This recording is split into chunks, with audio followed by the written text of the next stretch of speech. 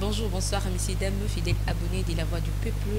Très heureux de vous savoir nombreux devant vos postes de téléviseurs, devant vos comptes Twitter, en train de suivre cette émission qui est présentée par moi, votre aimable servante Glody Dema, autrement dit Champagne l'adore. J'ai dit déjà merci à l'équipe technique qui fait en sorte que j'apparaisse en toute beauté. Et j'ai dit merci aussi à mon Dieu de nous avoir donné le souffle de vie. Je dis merci à Dari Diwantessa et je vois déjà par aussi à Essayo parce que Batambola le père, voilà. Et je dis merci encore une fois de plus à Général-Major le cordon, le boss Vincent Tuluisi. Donc aujourd'hui, je vous signale les abonnés de la Voix du Peuple. Je ne suis pas seule sur ces plateaux, je suis avec mon invité. Je pense bien que lui-même, il sera à la mesure de se présenter. Je dis déjà bonjour à mon invité Vincent Tuluisi. Bonjour Glody Dema, bonjour à téléspectateurs sur la Bicho, que ce soit les abonnés, les non les abonnés à la Voix du Peuple. Et puis merci Nayo pour la énième fois opportunité dans les grandes émissions. Voilà. Ok, merci beaucoup. Je vous demande de vous abonner massivement. Vous allez nous retrouver. Tous en moi, Mituna et émission le long de dérouler en haut. Nayemoko, il est là, mais la question est ma réponse est voilà. Vincent, tu lui dis dans moi Mituna Nayo par rapport à Mamdo Sola Lilo et puis par rapport à l'émission Moko Nauti Kolanda tout à l'heure. Bon, je commence déjà. J'ai dit Vincent, tu lui si qu'on fait le Midaloubi, on a vraiment la vitesse. Et puis vitesse aux anangos, c'est comme si que Vino les a collé beaucoup plus la polémique. Au Kolo Banini par rapport il y a expression naïe par rapport il y a pensée naïe na question là. Merci beaucoup Glody. Premièrement, je commence d'abord à dire merci à Kofi Olomide, Monsieur Kofi Olomide comme je l'ai l'habitude de l'appeler, et avec toutes les considérations dans un verrier. Ça m'a fait du bien. Hier, c'était vers la nuit comme ça. Dans mon cas,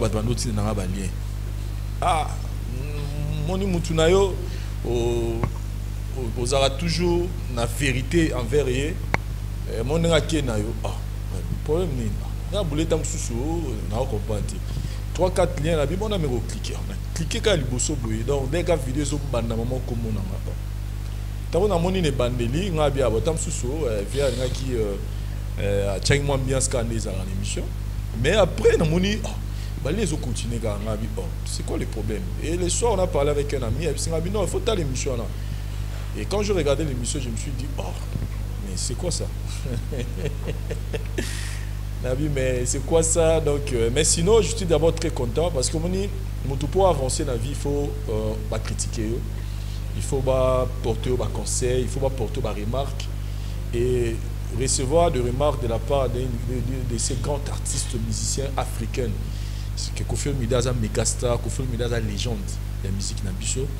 Et qu'on recevoir critique inaye pour nanga, ils ont sens moro pour nanga na monique na kansa na zara place mo mais na monique était na matin moi muké. Dans le sens que comment on a que les grands artistes en Nabiso prennent le temps de nous regarder. C'est que tout ça, Kosa Moussala Nabiso. Et mais comme on dit,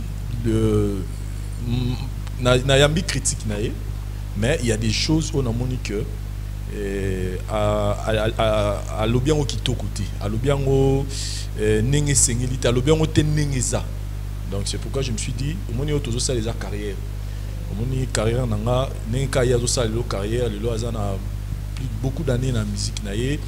Donc, ils ont un logo pour protéger la carrière. Donc, si on a montré que l'homme est touché, carrière il est touché, moi, image nanga. En tout cas, il faut recadrer le plus vite que possible. Et c'est comme on dit même que l'émission a été lancée hier et c'est aujourd'hui que là-bas, il y a la tête qui a recadré ma rapide. En fait, c'est la conflit droit de réponse. Parce que, dans respect d'abord, c'est un papa. Pour moi, c'est quelqu'un que j'ai vraiment beaucoup d'estime et beaucoup de considération. Ça, ce n'est même pas prouvé. Tout le monde sait que Vincent Kofi, c'est vraiment du respect, de la considération. Mais, il y a recadrer, peut-être Marambo y a lobby, peut-être façon y a lobby. De façon, peut-être il n'y a pas Kanisara, na zongi samoan makamunanzela, et na oya na objectivité, peut na ba preuve pour que na recadrer makam. Question de bosso lobby que Vincent Kofi Olomide lobby dans l'andi que ma vie dans la 20 ans la polémique Donc marambutu comment faut bisonner toya ko sambisango. Premièrement, je dirais que Place à Libosa s'est trompé muké ngwana. Ngai Vincent na YouTube so tangi bateau bazaram bataba polémique té. Eza so ba batanga ba chaîne YouTube oyo basala marambuté ya ba polémique ya ba ko tout ça batumitu kenaye na yambio po finga kingandi après lobi na kena yambi kingandi on a ya po finga kingandi non. Moi j'ai une façon de faire des choses différemment dans la chaîne YouTube et belé. Peut-être mon conflit au milieu aura temps au talanga peut-être à l'arabe émission peut-être à musique mais à mes rapports au revoir mon que je suis pas de ce genre il y a bateau il y a na polémique na musique. Au contraire chaîne où il y a na olika actu du net sur les la chaîne où ils a répertorié. Moi je ne connais même pas mais c'est pas quelque chose dans caché. Ils ont même na ba musicien na mboka na biso o baloba même que chaîne wana ya lekaki batanga su comme on a été comme on a bangoti. C'est-à-dire les musiciens ben babi non chaîne wana parce que nga jusqu'aujourd'hui non na zo appel té il y a musicien moko mboka na biso to ya bureau na ye ba yebisa que na ba émission no social na désormais ko tanga ka kombo ya musicien na biso té. Donc premièrement on a une rectifier ngwana parce que ba musicien batala ka biso ba grand leader ba musique no so batala biso ba bazo baté ba yebi neni to kenda ba yebi ligne éditoriale na biso. Donc koloba déjà que nga na muta polémique té parce que chaîne so nga luka polémique attends chaîne oya ekoleka chaîne oya ekoleka bayambara et ça je n'ai rien contre eux maintenant le blasco on a la réalité parce que lui il a voulu faire un peu la comparaison hein.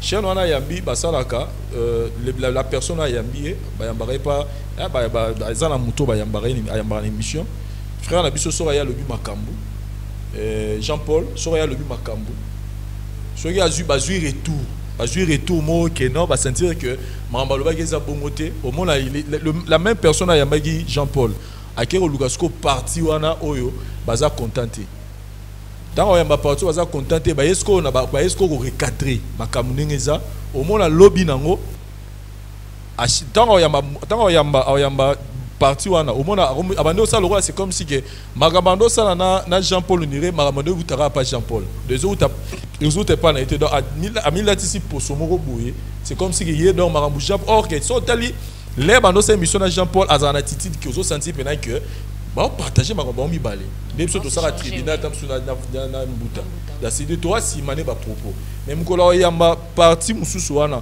au ça là c'est comme si on irait que Jean-Paul donc Maramando le route est allié et ça je n'ai pas approuvé déjà à approuver bateau lelo ba ben abiso bata polémique na moni moi j'ai du respect et de la considération na batou tout basara ba émission na bango na ezala na télé ya biso ki ça tout ezala na YouTube j'ai de la considération et puis moi je ne vis pas dans la compétition que non na le kakingandi to kingana le kingana moi je respecte parce que na bi que to vivre dans monde abondance muto mtazana iteni na oyo azo recevoir pa nzambe. Donc, moi je respecte ce que les autres font et je n'ai rien contre personne. Mais si je me souviens, Lelo, attends comme ya frère Nabiso Adoyou. Mais quelle est cette mission qui a dérangé même sa famille? Quelle est cette émission? Oh, les cas sur YouTube, ils ont plus de 2 ans.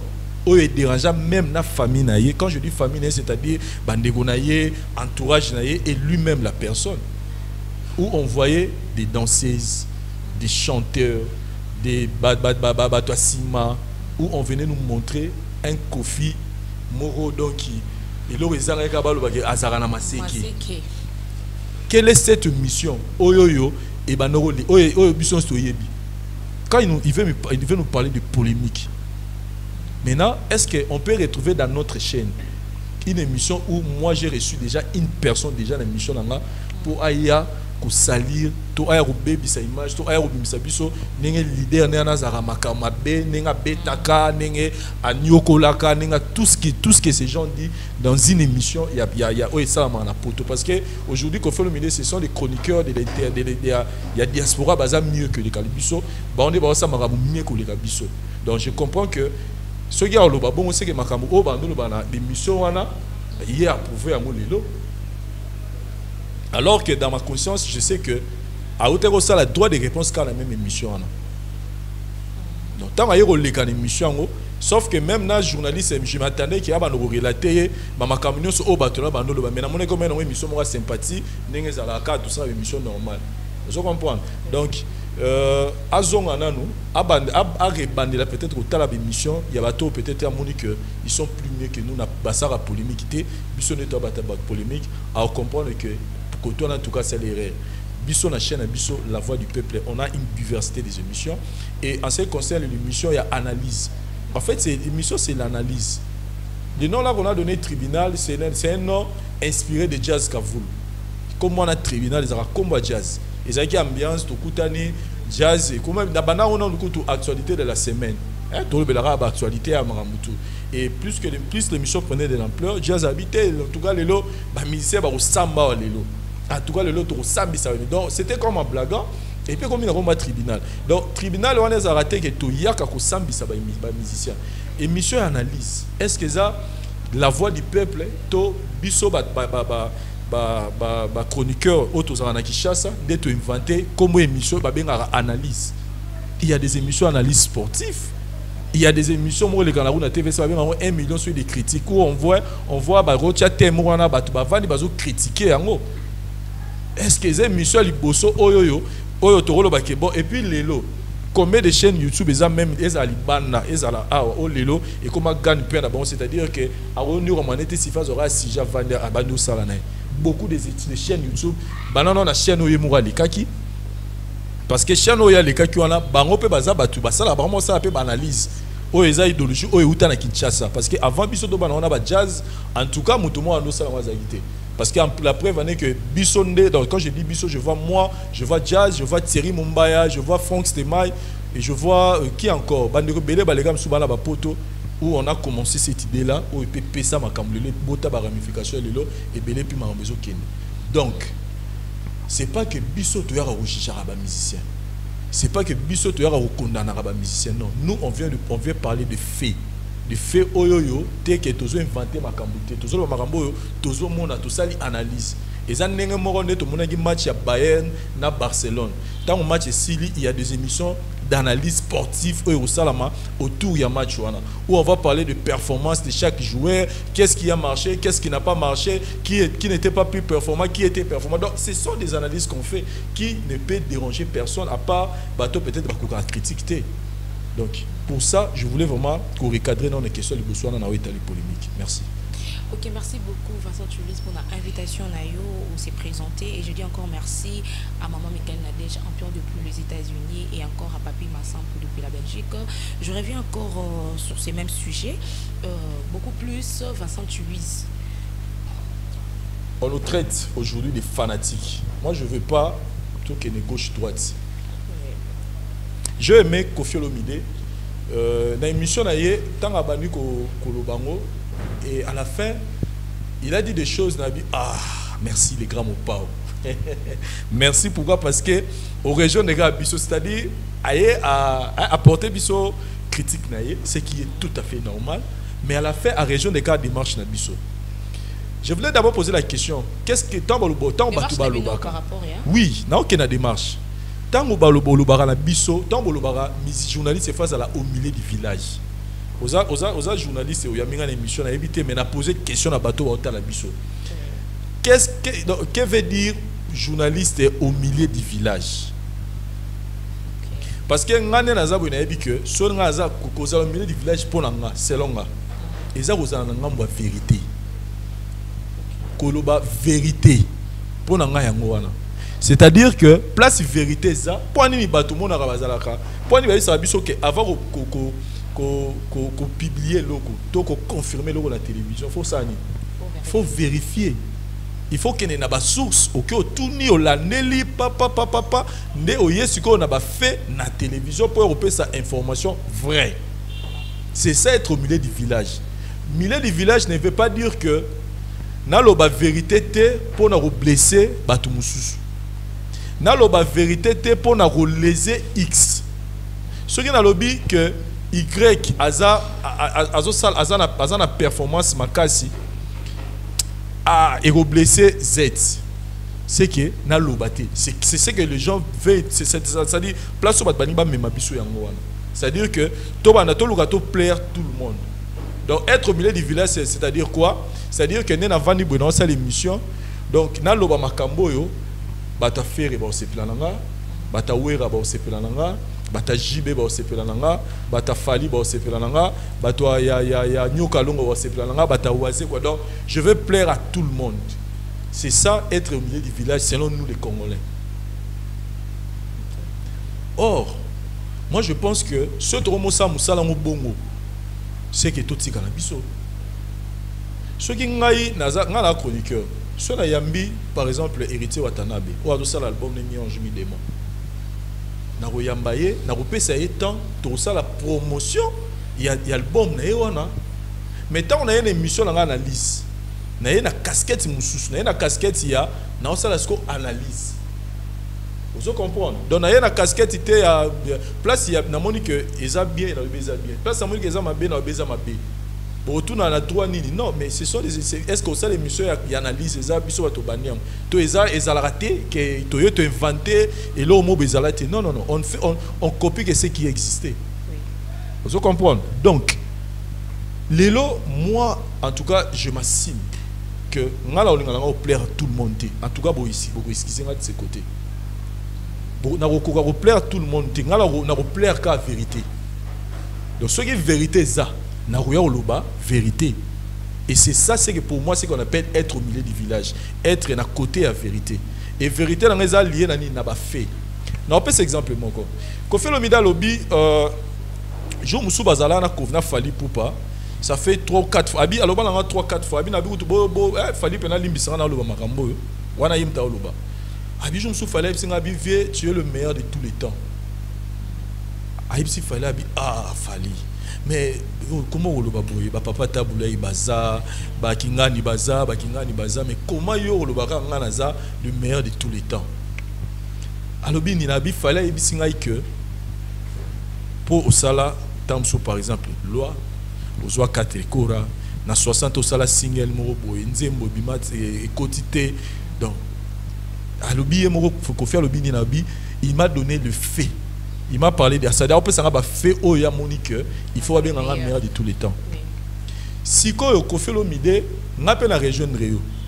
Dans le biso, parce que le vrai problème, en tout cas, moi, selon l'analyse, parce que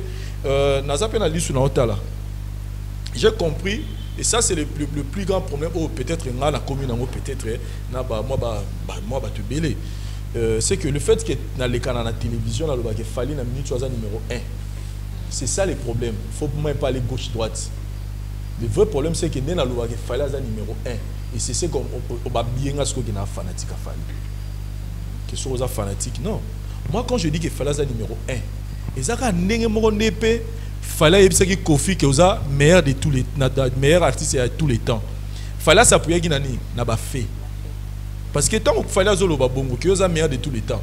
Alors que tu as vu que le période de Moroboy, Wera, JB, rien au Saranate la musique na biso enfin ça va depuis Tongoti depuis Boutouti ce qui 15 ba beta ba sala makambo danger na musique parce que tant yo lo ba ki otam sou fallait singa la meilleure de tous les temps parce que wera olobani jiba olobani papa Wemba akolobani parce que papa Wemba total pe bata il a marqué son époque jusqu'à un niveau mon ayebité parce que ba olobani mais tant qu'on fait le midi à lobby lo rabongo. Tant qu'il fallait, il fallait pour aller. Parce qu'il fallait apprécier la fait. Ils appellent Nengemoro na biso, je parle de moi. Nengemoro na ngai, tant qu'il fallait un numéro 1, na minito. Je voulais d'abord rectifier ça. Moi, je parle de la génération, il y a 2006. Donc, c'est-à-dire, il y a Bango, il y a Fali, on est Bima, on tourne à 5 générations de l'Oba en général. Moi, je ne viens pas ici pour comparer Fali et Kofi Olomide. Moi, quand je dis premier, ils étaient que premier a fallu, ils ont dans la musique. Non, non, non. Kofi Olomide, à un moment donné, il était le numéro 1 de cette musique. À un moment donné, il était le numéro 1 de cette musique. Personne ne va le nier. Papa Wemba, à un moment donné, il était le numéro 1 de cette musique. Papa Wemba. Evoloko, Joker. À un moment donné, il était le numéro 1 de cette musique. Okay. Grand Calais, à un moment donné, il était le numéro 1 de cette musique. C'est-à-dire que ces postes-là qu'il fallait être en train de Sikoyo, ils ont postes éternels. Moi, je ne veux pas dire que place fallait avoir le numéro 1, donc fallait que Seko na Seko, si Moukolonga Vincent a décidé dans le bon, désormais, fallait avoir sous numéro 1, qui n'a pas comme numéro 1, n'a pas le numéro 1, n'a pas fait nini. Donc, qu'est-ce qu'on a pas fanatique? Bino siko ba fanatique au bomona ke ngai na exagéraka. Ke nga na oko sabatu. Bo pesa ngai, bo présenter un musicien oyoyo. Bo moni que na ba critère na otanga parce que musicien vivara na total a ba critère. Critère à liboso ya vente. Bo présenter un musicien oyoyo, azana plus de ventes. Na minito. Na ba streaming nyonso, ba présenter ngai.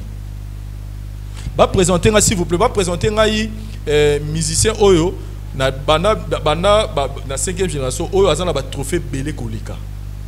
Va présenter un musicien oyo azana calendrier chargé koleka. Va présenter un musicien oyo azana ba récompense oyo eza certifié na ba organisation oyo eza reconnu. Par exemple les Snap. Va présenter un musicien oyo c'est-à-dire azo participer toi na calendrier numéro boye na ne ba c'est-à-dire carnet na numéro d'adresse oyo eza chargé koleka fali na mus oyo. Va présenter moi aujourd'hui je dis que OK. Moi je parle des faits, je parle pas des sentiments. Donc va présenter muto ba moni ke azali contraire.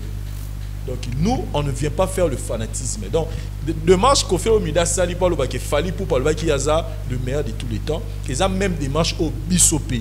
Tout ça, la rapport le bac Fali a numéro 1.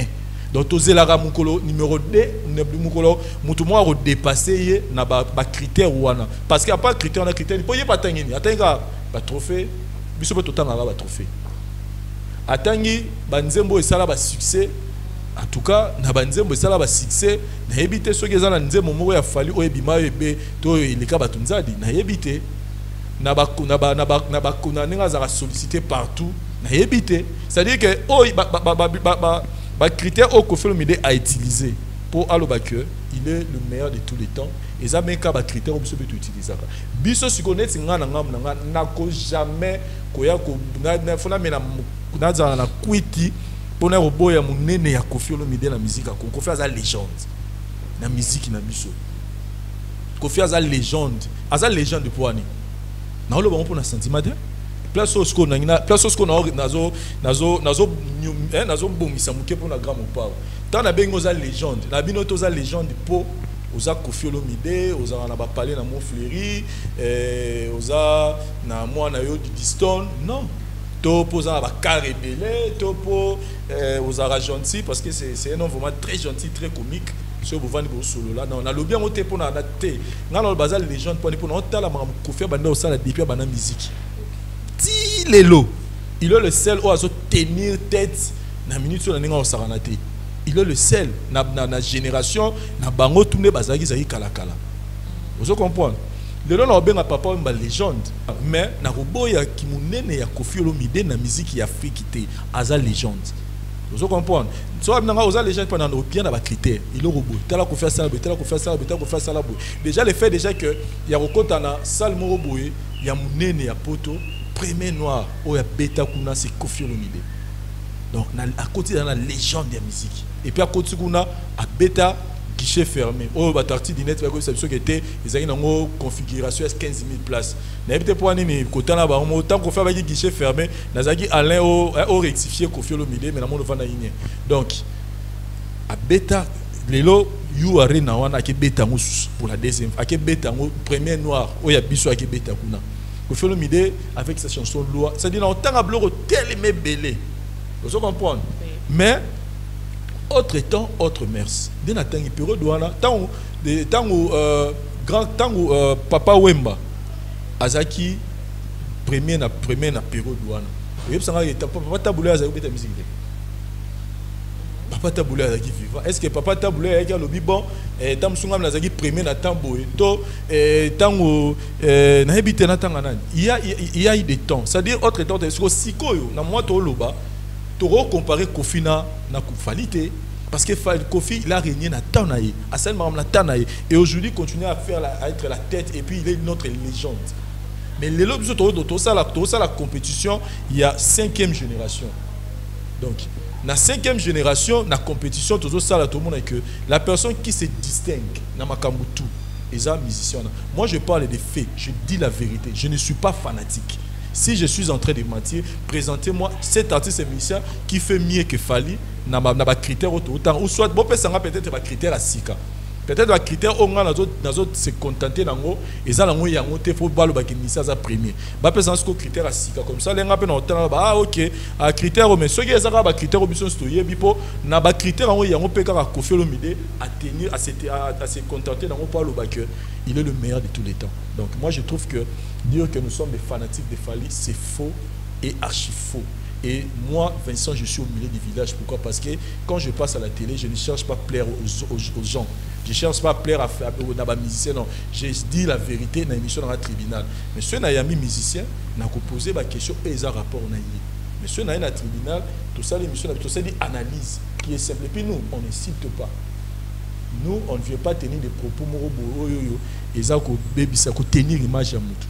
Biso to yara na émission mo bote poto la samukilike muto ala za mutu mabe fobo ina ino nous on se limite na musique et puis musique ngo yango to ina ezaka musique to yara raté tant to lo ba analyse ezaka po ye héritier ngo ye Fabrigas ye Werato Danito Robino Mundibu basaka musala bien pourquoi ba to ba sepelati. Donc moi je pense que ezali kambu ya rozala na dante contre biso.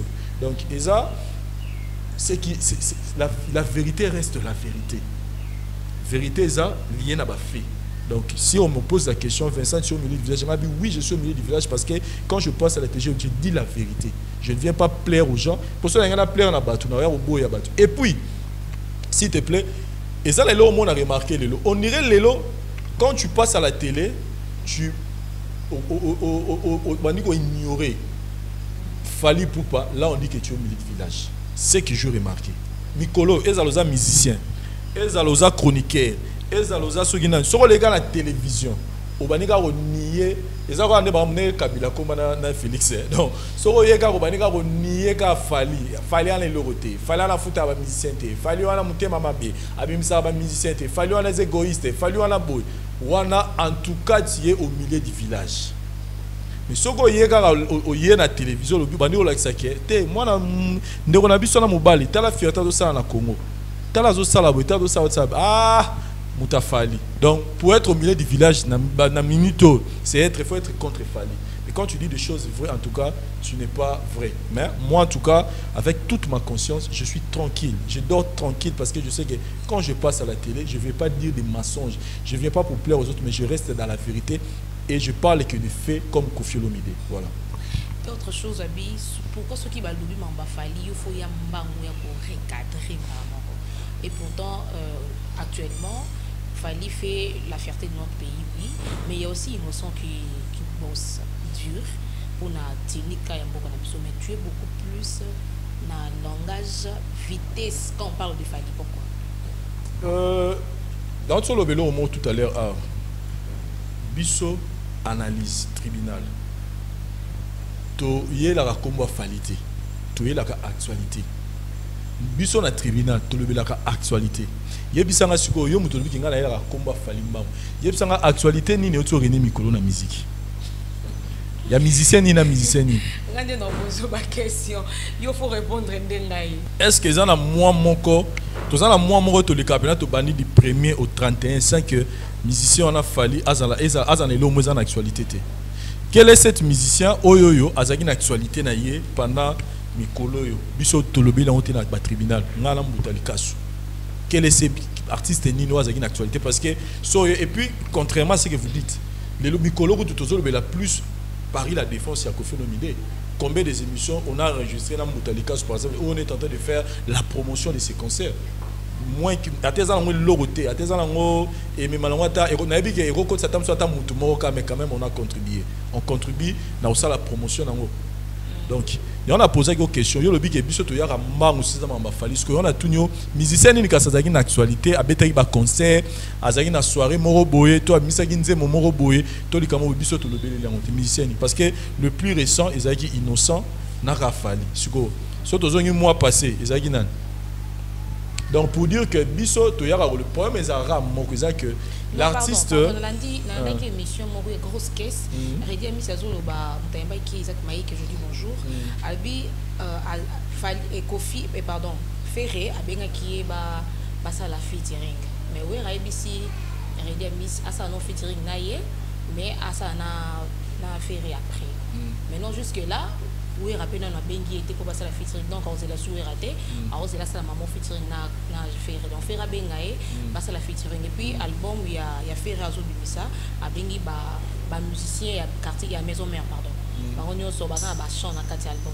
voilà c'est ça c'est actualité rien n'empêche que tout le belango c'est-à-dire que problème dans les années biso to ki maramba outé mais to ki maramba on pona falité mais to ki maramba on pona ko recadrer vérité biso toza wana po toza ora ba garder ne ko faire ba gi toza ba ta polémique te biso to ba ta polémique biso to asko wana ne to vendre la vérité vendre wana ça dinga la rolinga te par exemple que comparaison mo boy et ça la manette na roni mate que lelo musicien mo bozo réunir lelo a se comparer na Koffi Olomide en tout cas na vana niete na roya ko lobelango on comprend parce que l'homme sous ce comme on dit mamalango n'est dans lobby parce que les gens veulent être au milieu du village. Au milieu du village, c'est-à-dire être contre Fali, être dans dire des propos qui sont contre Fali. Bino bon ara Fali Nzambe, bino bon ara Fali malon ça ça ira bien. Bino bon so bon ara Izara Fali, Fali futa bino bon. Nadim Nzamba limbi bino bon Fali futa biso Nzambe pena alimbi bino.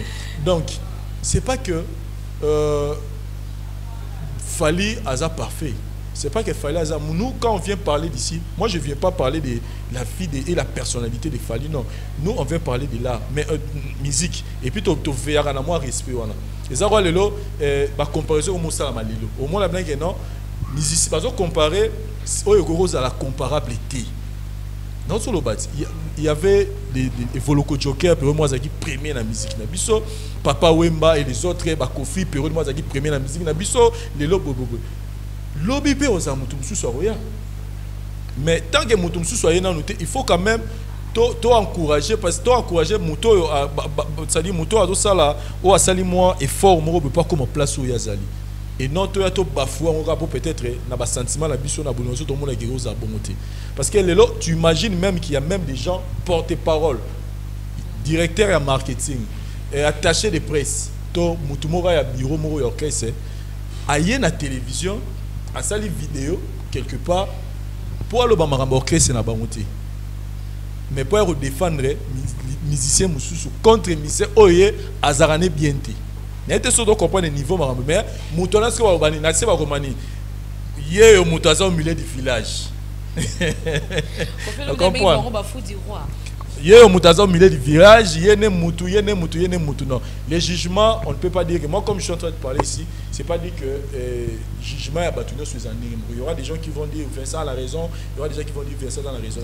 Mais au moins koyoka bima na munoko ya musicien munene amboka na biso, je me suis dit non, je dois venir recadrer.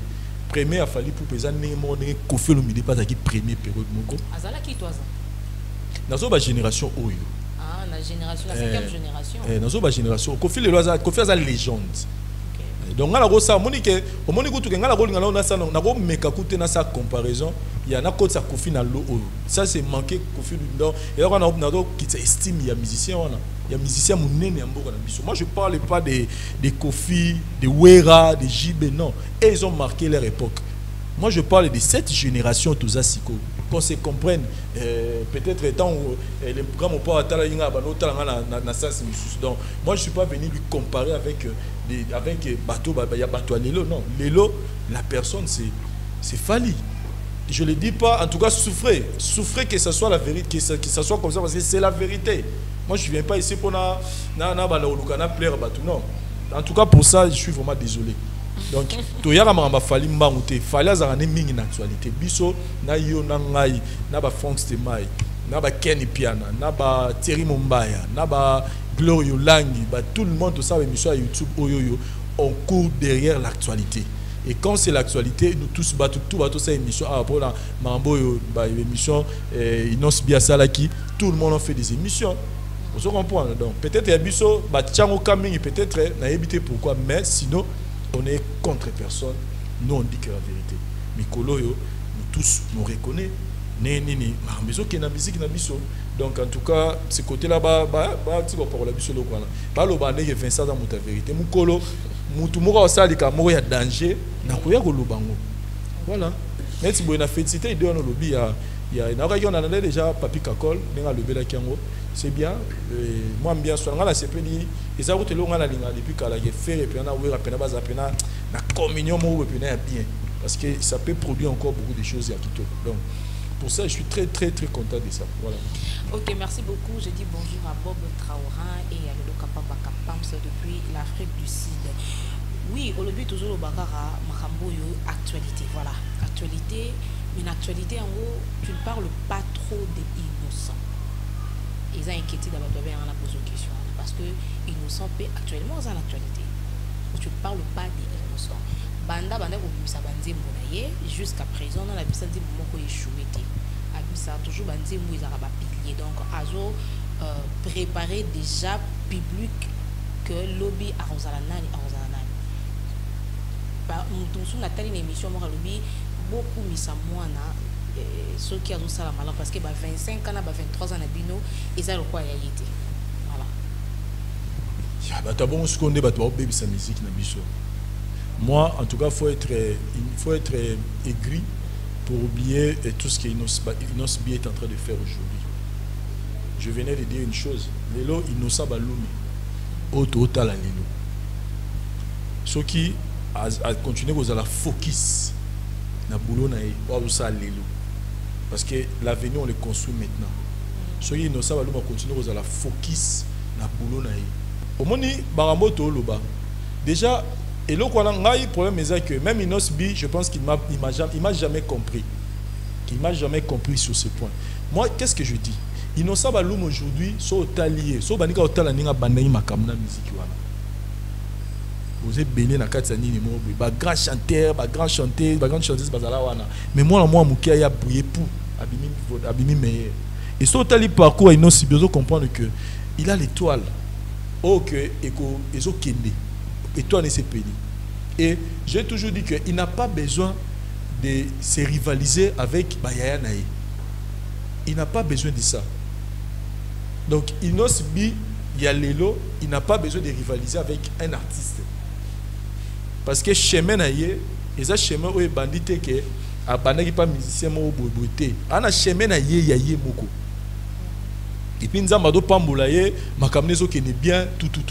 Donc place ngala zarane yangwana. C'est-à-dire moi je trouve ça na éviter son ngana raisonnement mabe que à ça par exemple polémique n'a fallu. C'est-à-dire que ça la polémique n'a fallu que fallait le bagi par exemple que biso let uzaki bana mike ba j'ai donné des Fabilamba. Il y a une émission sur ça lobby, il c'est bien lobby comment beaucoup nous soit conscient na mutumo par exemple dans des Fabilamba et na présenté qui est et pas qui ngandi qui a danser à bina ka lokola moi si tout ça.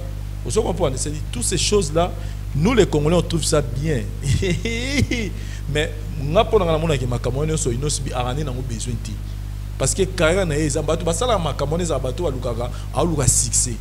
Alors comprendre que faut na DM la place mo boye pour na koma na succès. Mais hier déjà ça déjà na succès na hier. Aza na succès nezo kene bien et puis na CV na hier. Aza makambe belé oh il faut na nous à conclure. Faire de vie na YouTube, côté qu'on a un niveau de streaming, c'est déjà des points positifs. Matika na étape belé fois franchir oh et ça non très important pour Lelo Inosbi attendons la concert moroté ya munene oh ya Betty par exemple étant soit en Afrique à apena que guichet fermé tam sur na Côte d'Ivoire na Ghana tomboka mo pena ki que bato pena ba futa ticket ba okota ba yo talai attendons la concert ya Bomoti par exemple Azan on a pour peut-être incapable était pour Azan on une étape pour on était azo bongisana nous chemin na yé azo bongisana makamne pas comme en étape wana vous comprenez azaki na nous avant de bisa bilo on a wa bimaka mais ayi une étape ya bazaki nominé na biti awa vous comprenez dire attends on a étape oyoyo il faut d'abord alukana on a vandisa na makamne yé et puis avancer que sous musique Azan a besoin de se comprendre parce que moto yo Bazoli n'a pas rivalisé na yé. À chaque fois, on a la comparaison. Pour le moment. Vous comprenez? Et puis, quand il a Inosbi, il a 23 ans. Il a un net aux aboyés. Tout le monde polémique. Il a hérité na Kofi. c'est-à-dire et le retour c'est-à-dire le va ba salisa moi la ndeko na biso ngani yango wana hérité na Kofi zo sala hérité wata polémique na Kofi allez to bani pe discuter na balabala to bani pe discuter na ba Facebook to bani pe discuter na ba commentaire na YouTube polémique nini hérité wata na Kofi Olomide to bo salisa Fabregas polémique na Wera c'est là où moi je suis.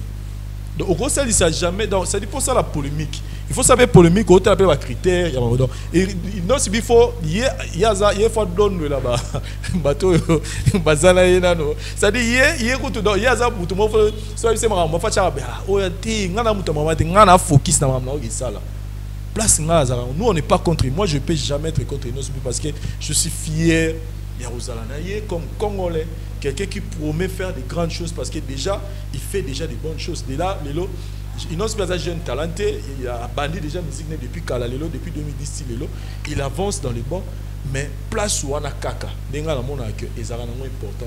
On était avec lui dans la cérémonie Moroboué, na ko solanaï. Donc bilo qu'on a bon il faut non si pas comprendre chemin il n'a pas besoin de toutes ces choses. D'ailleurs est-ce que le lot revendre tout ça l'émission te comparer héritier watana ko phénomène to ça là alors ce bon tout ça la polémique il y a Inos Bina na Fali c'est tout ça peu polémique il y a JB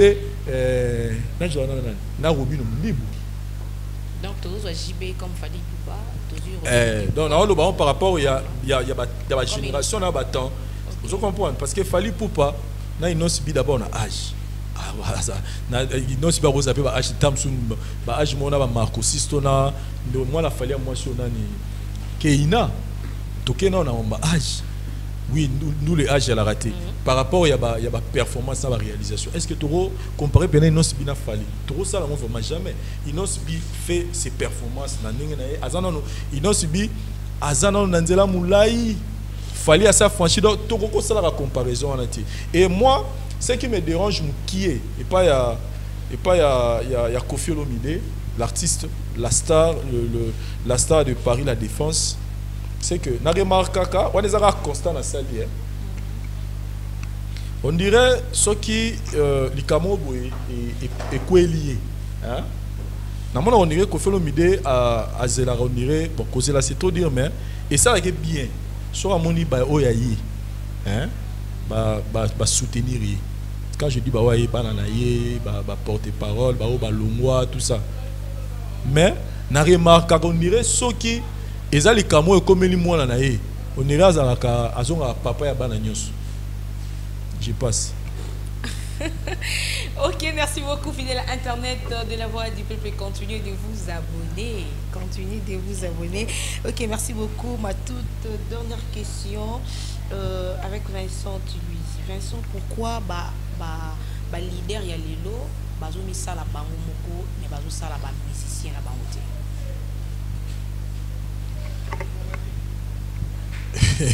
Mais éviter question sur la répondre. Il faut répondre aux analystes, aux âges chroniqueurs, aux rosanga malobate. Mais éviter sur la répondre. Voilà, faut tout l'année ba musicien ba mon point niveau bossa sur ba musicien parce que c'est un sujet oyo eza la borkesse nyos aussi connaît tout le babo. C'est pourquoi. Mais il faut comprendre un peu système au moni ba misa kala pe ba noye ba na ndeni. Ils arrivent façon que musique va non fonctionner. Lelo ba combattre ba kanga makambo. Quand les amis musiciens sont en orchestre, c'est musicien qui n'est pas production trop na poto. Au moins on a passé 6 mois na poto, 6 mois na kin et bano ça là qui bazali na attention na biso makasi. C'est-à-dire so ba ke poto, bota la ba concert, ba bozonga, ba osa ba clip, tout ça ba nini, tout ça ça joue aussi. Et puis ba musicien ba na système ya ba album. Au moins na musicien ba PC album et tout ça ba PC pardon chant.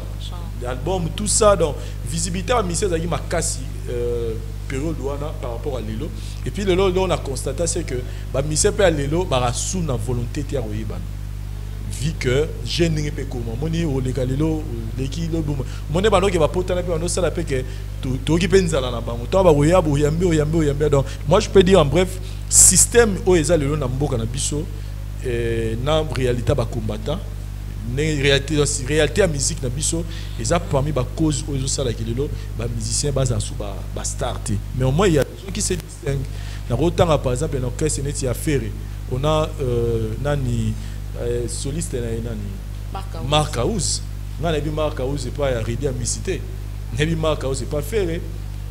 Si on n'a pas, il y a Fali. Il y a des gens comme Ambazi. Ambazi, Neymar, qui advient que pour Anze Mozoya, Jean Batoura, nani animateur, nani,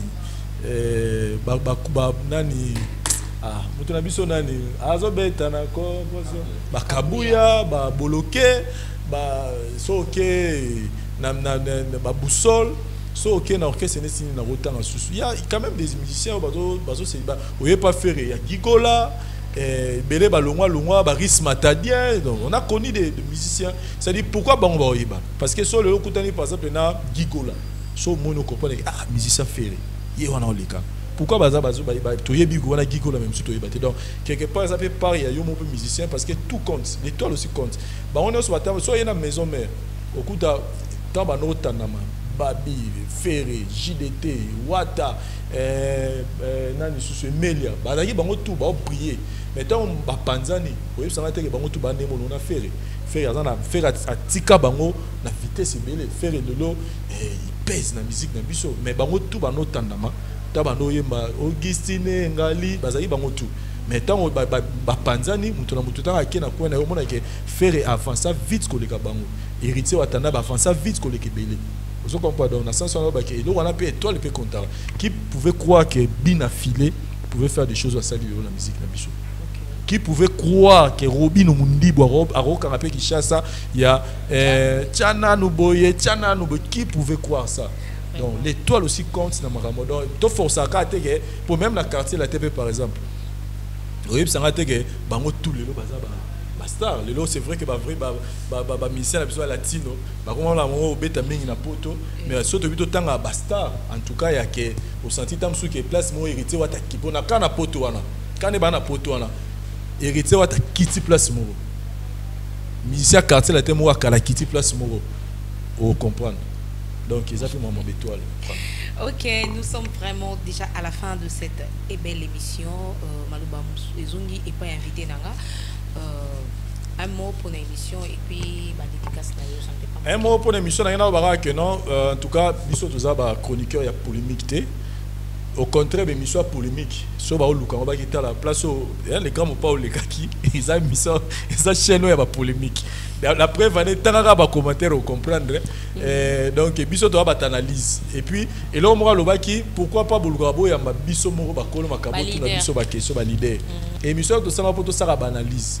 Analyse émission to sala to loba te ke makamte ko loba eza verset biblique ke nenge to lobi nenge tikalité to pe sala ba point de vue na biso to pe sala ba proposition to pe sala nenge to monde na makambo selon biso et to sala ba partage na public eta la biso à travers ba commentaire na ba pelle mutalika sur moi Franck Stema et d'autres personnes ça dit que to ya raté na haute opinion ke ne to yebe to bi auto pour ne ba haute juge to za rapport juge soit lobby coupable otikali coupable soit lobby non coupable otikali non coupable parce que différence ya nga juge il y a tribunal les gens qui sont coupables non coupables ngana lo ba d'après ça ba proposition d'après si façon na monde na makamo et ça rappelle de former au sel le moment pe musicien mo pe bolobe ba kamna rappeler binoté koto bolobe mezaki boté zaki ah OK moi prochaine émission to bomisi to peut-être information to soit qui ezaki pendant peut-être to interpréter là donc ça n'a rien à voir ya boloba ke biso to boya raté mais ce qui ko fait le mida be ngana ya émission je veux venir na po ya chroniqueur pas la po ya analyste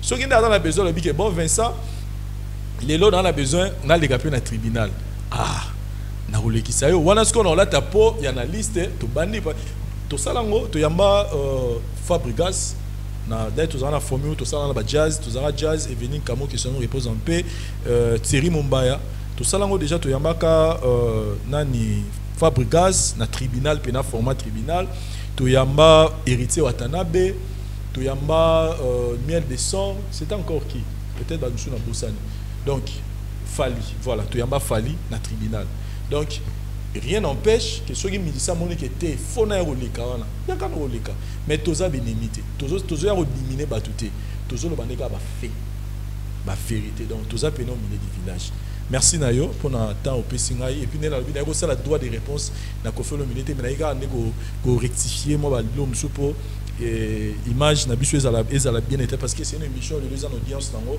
batu ba la nango te po toza ba fanatique afali mais ba la nango po toza batu ya toujours na ba fait na vérité Nenga Yalo, n'a pas tout à l'heure là, il s'est appuyé, n'a pas fait pour le qu'il est le meilleur de tous les temps. Il peut tout s'appuyer, on a fait pour tout le bail génération. Et donc, on a du respect pour Kofi Olomide, c'est notre légende. Et puis les gens vont retenir date, il y a le 13 février 2021. Inch'Allah, tam surtout aux Alawana, concert à Paris La Défense pour tout assister, tout ça la fête. Il y a mon aîné, il y a concert, on a aucun problème. Mais pour la bande de Moussou, en tout cas, des comparaisons, tout ça la raté, il y a eu des premiers, il y aura encore des premiers. Merci.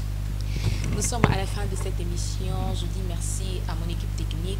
Je vois derrière la caméra Dari Diwantesa et pourquoi pas Baroussia Issaïou pour le montage. Et je dis encore merci à Nzambi pour la vie et boutique à la branchée. Vous s'abonnez massivement de Boutana na Balayasima. Je vous porte au cœur et je vous dis bye. Pour bien passer vos séjours à Wanakatia, Congo, et particulièrement à Kinshasa, vous avez besoin d'adresse à Kitoko, il y a un appui à Kitoko, pour ils répondre à la confort et à la qualité. Nous sommes tous se souvenir de la Flat Hotel. Tenazia, où ils sont situés sur l'avenue Kalendele, BDSA 56, dans la commune de Lingwala. Vous avez apprécié, pour apprécier le niveau, il y a qualité et confort, mais au Sénégal, il y a un moment pour prix. Voilà qu'on vient de penser à vous. Un grand promo pour la bande de tout vos autres Talibanda, spécial promo, une grande réduction, Flat Hotel Tenazia Yotimo Kusala, 50% de réduction. En tout cas, pour la prix de Mitoumissati, vous pouvez numéro de Tchénassé. Appelez-nous et vous serez vraiment satisfait. La confort est à Awa. Et le prix que je vais vous donner au foot en temps au Sala par jour, en tout cas, vous allez très heureux à votre appelez à ce numéro de Tchénassé, vous allez bien servir. La qualité et le confort de l'Ozu Congo et Bazobé Mona Congo et à Flat Hotel Tenazia. Ici, il y a la qualité et le confort. C'est-à-dire vous avez la télé, vous avez un exemple et mon salon, il y a la cuisine, vous avez le format, il y a chambre, salon, cuisine, salle de bain. Et ils ont la primo reçu dans la télévision. N'hésitez pas, appelez-nous, et puis n'hésitez pas, faites vite parce que plus haut au tien, en tout cas, il faut faire vite pour réserver parce que qui m'a déjà vous réserver. Donc, il y a des occasions, vous avez déjà un programme de voyage, appelez vite pour réserver parce qu'ici, il y a le courant en permanence, il y a l'eau. Et dans le on a tout ce qu'il faut. Donc, quand vous êtes ici à l'intérieur des Tenazia, c'est comme si vous êtes en Europe. Donc, appelez vite dans ce numéro. Topé ça au prix à promo. Spécial promo, Flat Hotel Tenazia. Après avoir passé 8h, 16h, 12h de vol, vous avez besoin de bien vous reposer. Voilà. Mais tout est Kitoko, au Flat Hotel Tenazia est rendu disponible pour la vidéo. Pour que vous puissiez bien vous reposer et tant que Kindaka, mes arabes, Kishasa, moi, Tamboli, vous avez aussi besoin de vraiment de bien vous reposer. C'est la raison pour laquelle Flat Hotel Tenazia est réservé numéro à Kitoko. Donc là où j'étais, Zaki Salon, tout Tamboli, tout cuisine, tout côté Nakati, il y a chambre d'eau. Tout est bien équipé pour que vous passiez vraiment en vacances au Kitoko. Et le message spécial, tout ça, il y a promotion. Promotion, une réduction à 50%. Pour y plus à 50%, n'hésitez pas, appelez seulement le numéro de Tchénassé pour y avoir spécial promo et bandinega autant la publicité au Lelo. Dis-toi que promotion peut bannir Lelo. Donc on a réduit le prix pour que yo, nous tous autant vous avez besoin de passer un moment bien à Kinshasa, dans lequel il y a bien pour y se retrouver. On a pris à mon quai, mais confort et bien. Une précision. Nous avons 3 formats à la Flat Hotel Tenazia. Nous avons le format Oyo. Il y a chambre, cuisine, salle de bain. Dans la chambre, salon, nous avons la cuisine, nous avons la salle de bain, pièce à côté. Et puis nous avons le format, il y a chambre, salon, cuisine, salle de bain. C'est-à-dire salon. Ils ont juste un fauteuil, format, et puis chambre, couleur, nous avons un panneau, nous avons la salle de bain, puis nous avons la chambre et puis cuisine puis et puis troisième format il y a 3 chambres, salon, cuisine, salle de bain et ça vous pouvez juste nous contacter parce que tout ça là on a béni spécial pour nous réduction spéciale à 50%. Donc bon au foot à réduire à 50%. Donc c'est une opportunité pour nos autres appeler à ce numéro de Tchénassé pour réserver déjà à l'avance. Parce que prix, je répète bien, prix haut de Tchénassé, conforme sur mon art. Ce n'est pas prix en mot. En tout cas, quand vous réservez, donc appelez parce que les chambres sont limitées. Donc, si vous avez un retard, que vous avez déjà si vous avez un magira, vous pouvez savoir les détails, et puis nous avons balcon et au place pour vous mais déjà à l'intérieur, il y a tout, courant permanent, moto cuisine équipée. Tout est là pour que vous passiez à séjour bien à la carte d'hôtel Tenaza sur la ça se situe sur l'avenue Kalembele, numéro 256, la commune de Lingwala. Non loin, il y a 109. Voilà, non loin à 109, non loin, PDK, RTNC. Donc, tout est sécurisé pour passer à séjour dans Malam. Conseil, on peut s'habiller, on va te vous aller banda, soit on a pour passer à séjour bien, nanda kwa kitoko, nous voulons vous apprendre la poto. Adresse Zakamoko, avenue Kalemele, 257, flat hôtel Tenaza. Ici, c'est le confort, la qualité et le service. Mon beau, vous allez vraiment satisfait jusqu'à la fin. Merci. Voilà, donc, comme nous tous nous avons dit, mon petit voyage, c'est vrai que visite est un peu structurée, mais vous avez un restaurant à Bino. Donc là où je suis assis, restaurant à Bino, Bandeko, pour Libanda, vous avez soit vous avez une manifestation, il y a 10 ou 15 personnes, donc l'espace est là, venez exploiter ça. Il y a tout, cuisine congolaise, étrangère, il y a tous les goûts, donc spécial promo, flat hôtel Tenasia, Boya, Obenga Belé, pour vous servir.